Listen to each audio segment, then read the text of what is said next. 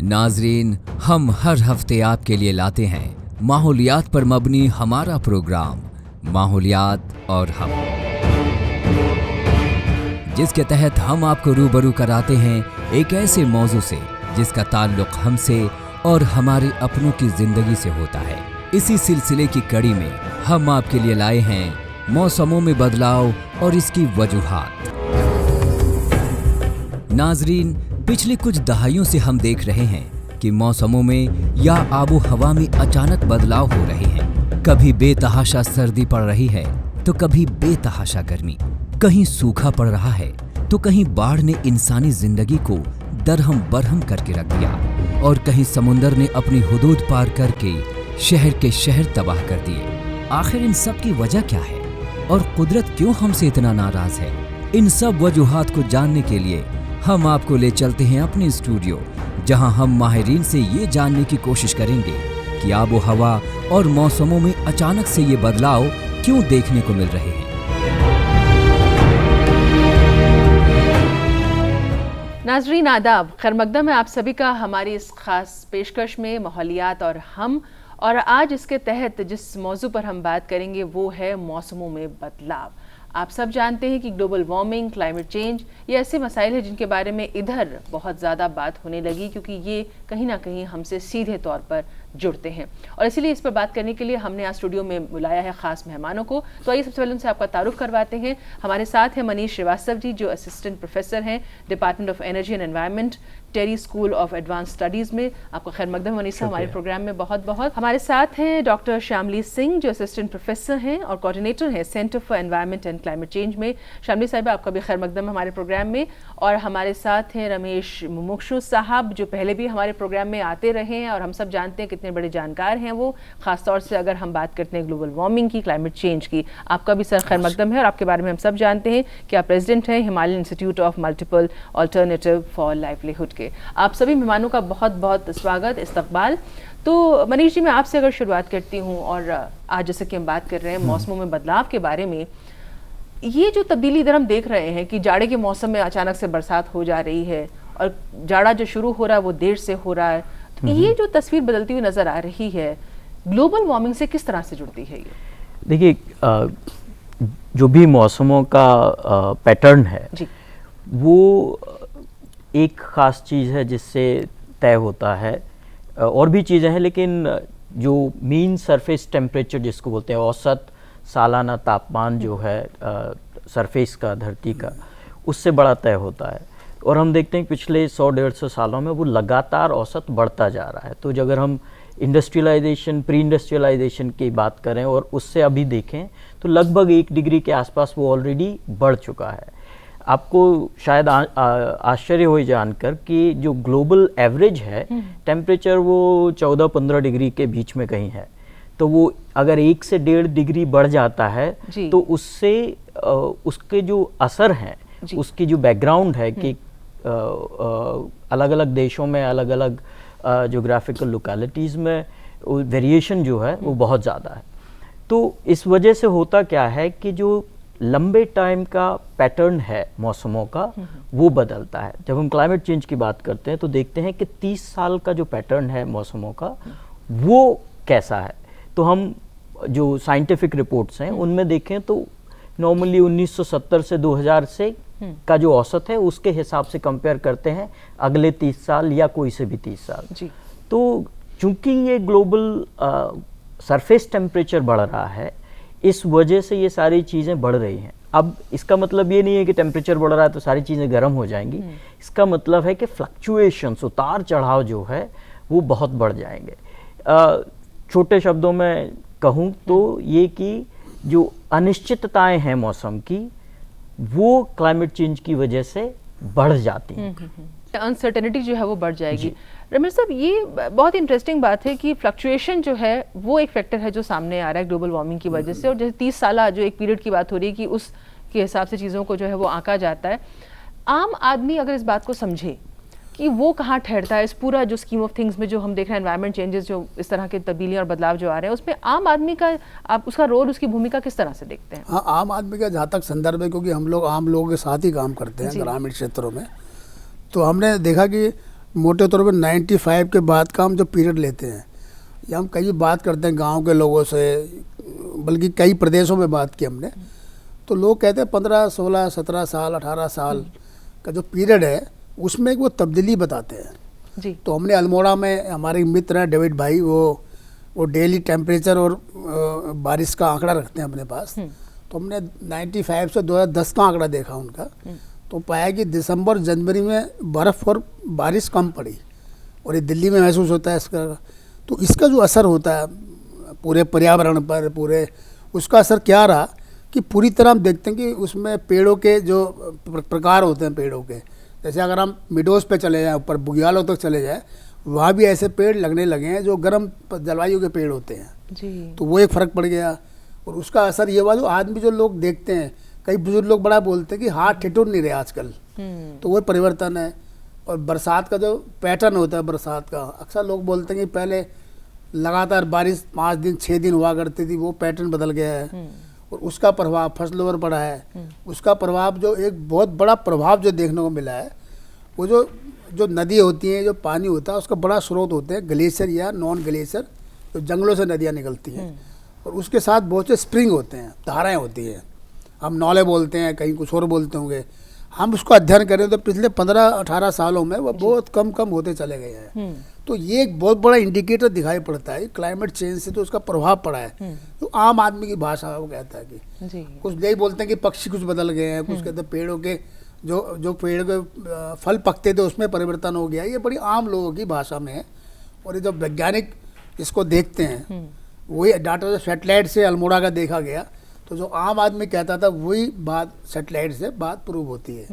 तो इस दोनों मिलके लगता है कि क्लाइमेट चेंज का जो असर है बहुत ही व्यापक असर है इसका, और इतना गंभीर असर है कि इस पर मेरे ख्याल से बहुत गहन चर्चा की ज़रूरत है और काम की ज़रूरत है। जी डॉक्टर शामली, ये एक फिर हम कहें कि बड़ी इंटरेस्टिंग बात निकल के आई ग्लेशियर्स को लेके जो बात चली है।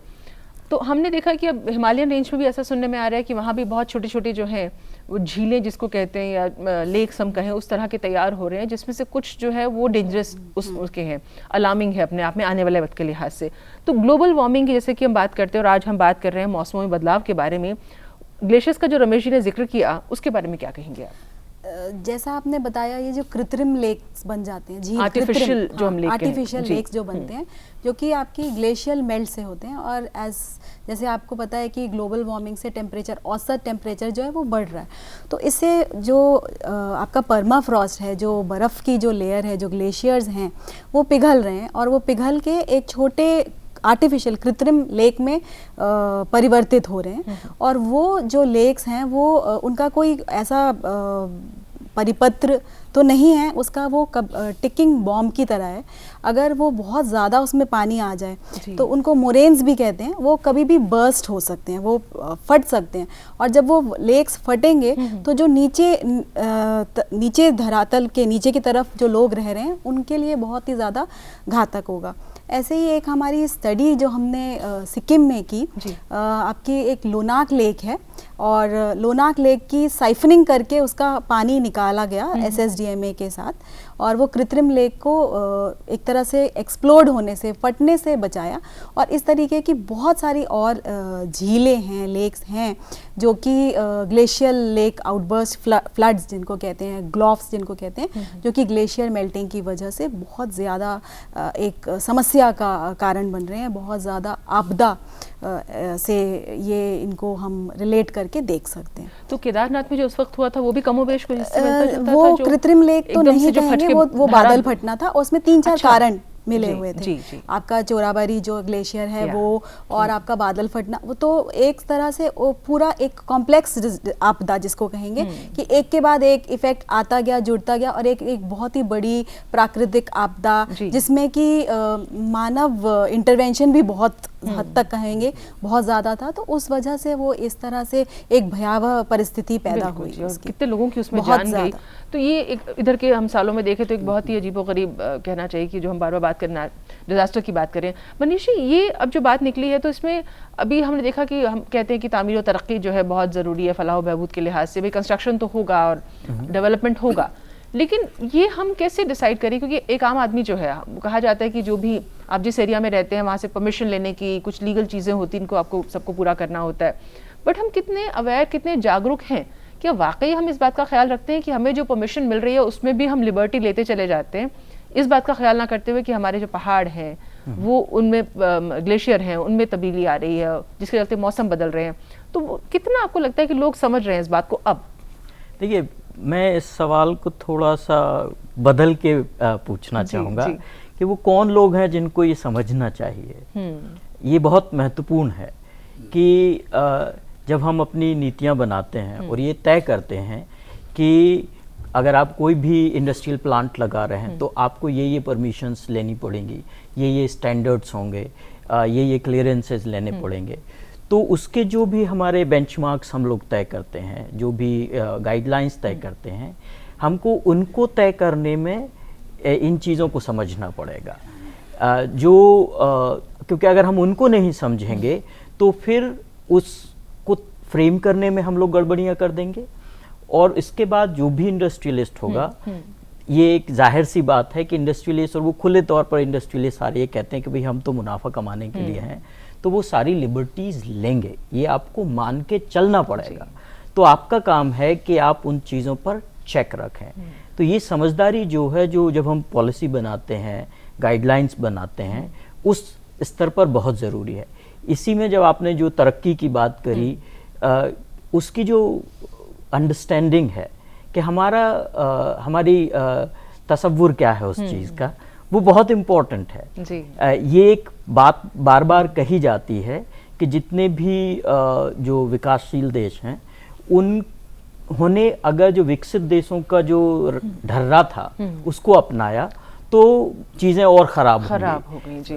तो इस बात को टेक्निकली तो मान लिया गया है कि कुछ अलग ढंग से तरक्की होनी चाहिए, लेकिन वो अलग ढंग से करने की सलाहियत है, उस अलग ढंग से वो अलग ढंग क्या होगा उसको सोचने की सलाहियत है, उसको इम्प्लीमेंट करने की सलाहियत है, और उसके रिसोर्सेज भी हैं। यानी इसमें जो है फिर और दूसरे लोगों की समझदारी शामिल होती है कि जो पॉलिसी मेकर्स हैं वो कहीं ना कहीं एक लोकतंत्र के अंदर, जमहूरियत के अंदर उनकी जो कॉन्स्टिट्यूएंसी है उसके हिसाब से भी रिस्पॉन्ड करते हैं। तो अगर लोग बोलेंगे, लोग चाहते हैं कि हमको भाई प्राइवेट व्हीकल्स चाहिए ही चाहिए,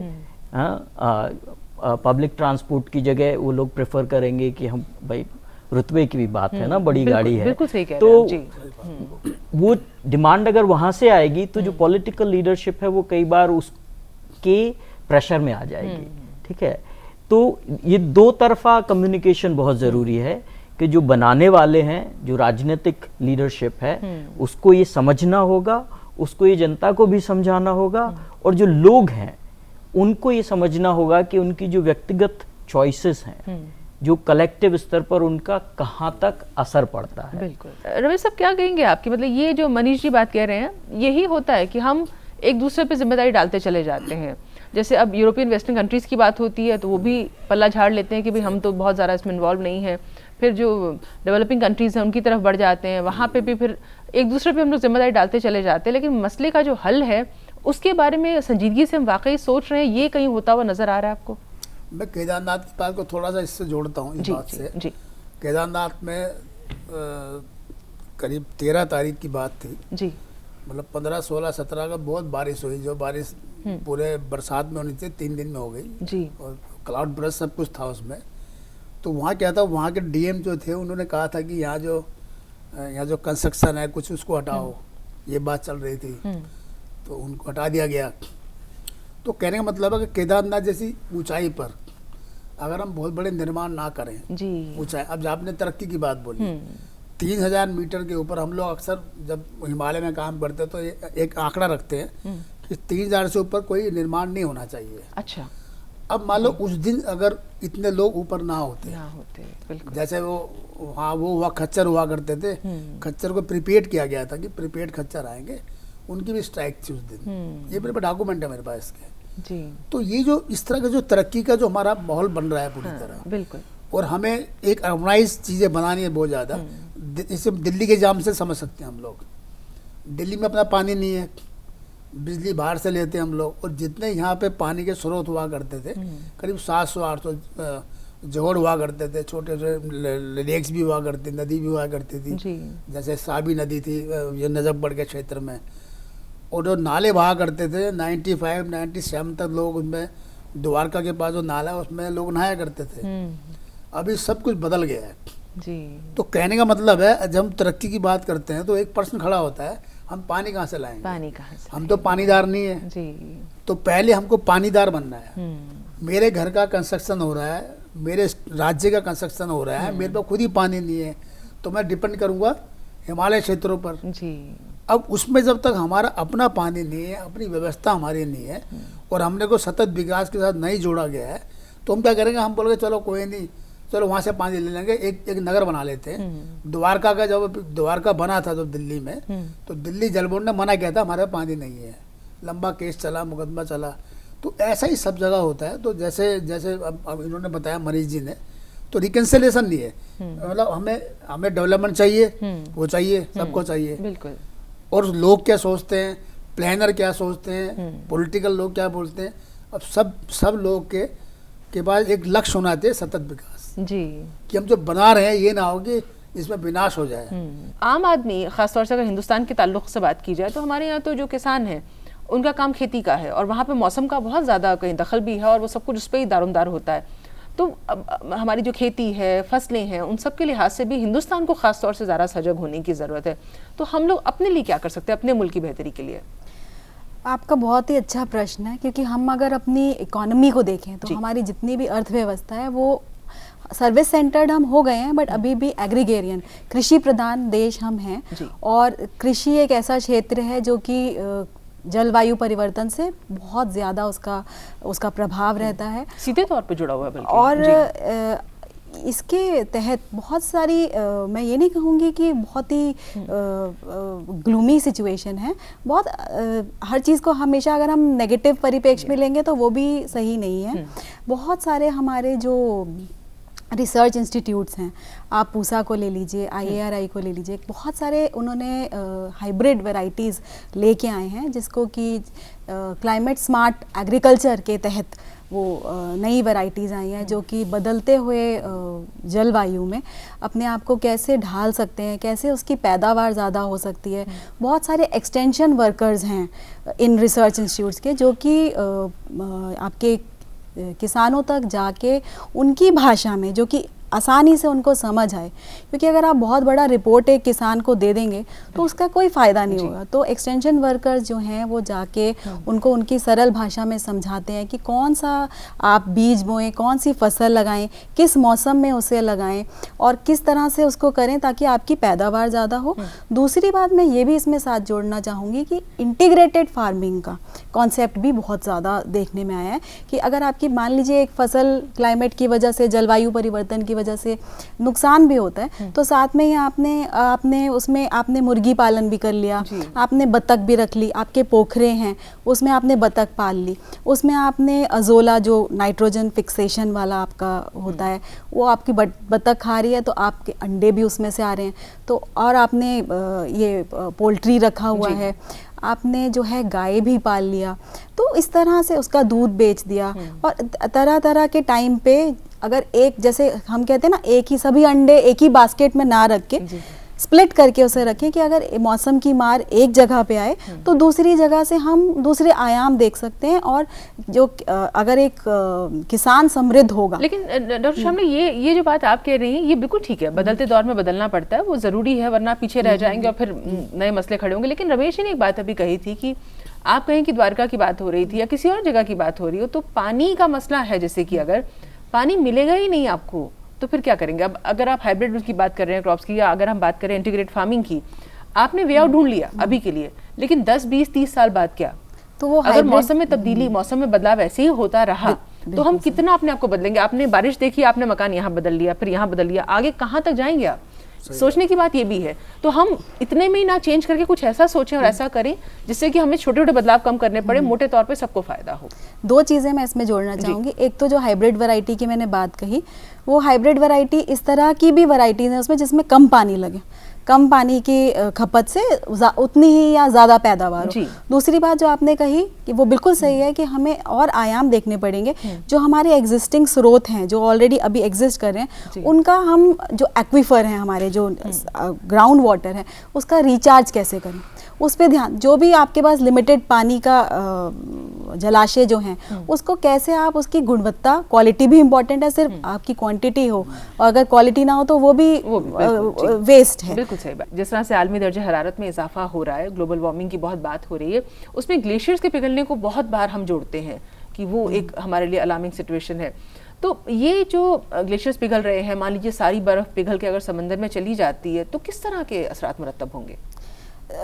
इसमें दो तरीके के सिचुएशंस हो सकते हैं। एक, मान लीजिए सारी बर्फ़ जो है एंटार्क्टिका और आपके ग्रीनलैंड का मास पूरा का पूरा समुद्र में चला गया, जो कि बहुत ही कम चांसेस हैं ऐसा होने के। ये सारी कायनात भी मिल जाए तो ऐसा नहीं हो सकता, बट अगर ऐसा होता है तो जो अपनी ध्रुव पे, जिस पे हमारी पृथ्वी घूम रही है, उसमें जो है वो कमी आएगी, बहुत कम कमी आएगी, 0.2 मिलीसेकेंड की। तो आपका जो दिन का जो ड्यूरेशन है वो थोड़ा बढ़ेगा। 24 घंटे में 0.2 मिलीसेकेंड और जोड़ लीजिए, ऐसे करते करते और आगे इजाफा आ सकता है। बट जो दूसरा मैंने बोला कि ये पॉसिबल, इसकी जो पॉसिबिलिटी है वो बहुत ही कम है। होता क्या है कि आपके जो ग्लेशियर्स हैं वो पिघल के कृत्रिम लेक बन जाते हैं, तो उसको हम मास मूवमेंट नहीं कहेंगे। वो ग्लेशियर्स पिघले और दूसरी जगह, एक थोड़ी दूसरी जगह पे जाके इकट्ठा हो गए, तो उससे जो बर्फ़ का जो मास है वो वहीं का वहीं रहा, डिस्ट्रीब्यूशन नहीं हुआ मास का। तो इससे जो अर्थ का घूमना है अपने ध्रुव पे, उसमें कोई ख़ास तब्दीली नहीं होगी। जी, तो आपसे जब भी बात होती है तो वो हमें भी लगता है कि हम आपसे और जानते जाएँ, सुनते चले जाएँ, लेकिन हमारी भी अपनी मजबूरियाँ हैं, क्योंकि वक्त जो है वो इतनी इजाज़त हमें दे रहा है। तो हम अपने मेहमानों का शुक्रिया अदा करना चाहेंगे, लेकिन उससे पहले एक शेर मुझे याद आ रहा है कृष्ण बिहारी नूर का। वो कहते हैं, गम मेरे साथ साथ बहुत दूर तक गए, गम मेरे साथ साथ बहुत दूर तक गए, मुझ में थकन ना पाई तो बेचारे थक गए। तो हमें जो मौसमियाती तब्दीली है उसको थकाना है, हमें खुद नहीं थकना है, लेकिन जो हमारी रफ्तार है कहीं ना कहीं उस पर भी हमें ध्यान देने की ज़रूरत है। उस पर थोड़ा गौर करें कि बढ़ना बहुत ज़रूरी है, जैसे हमारे सभी मेहमानों ने कहा, लेकिन किस तरह से बढ़ रहे हैं और किस जानिब हम बढ़ रहे हैं, सोचने की ज़रूरत सिर्फ ये है। डॉक्टर शामली, मनीष जी, रमेश जी, बहुत बहुत शुक्रिया आप तीनों मेहमानों का। वाकई आज हमें लगता है कि हमारे जो नाज़रीन हैं उनको बहुत अच्छी मालूमात हुई होगी आज जब हमने बात की मौसमों में बदलाव के बारे में। और नाज़रीन, आप सबका भी हम बहुत बहुत शुक्रिया अदा करना चाहेंगे इस प्रोग्राम को देखने के लिए। फ़िलहाल हमें हमारी पूरी टीम के साथ दीजिए इजाज़त। आदाब।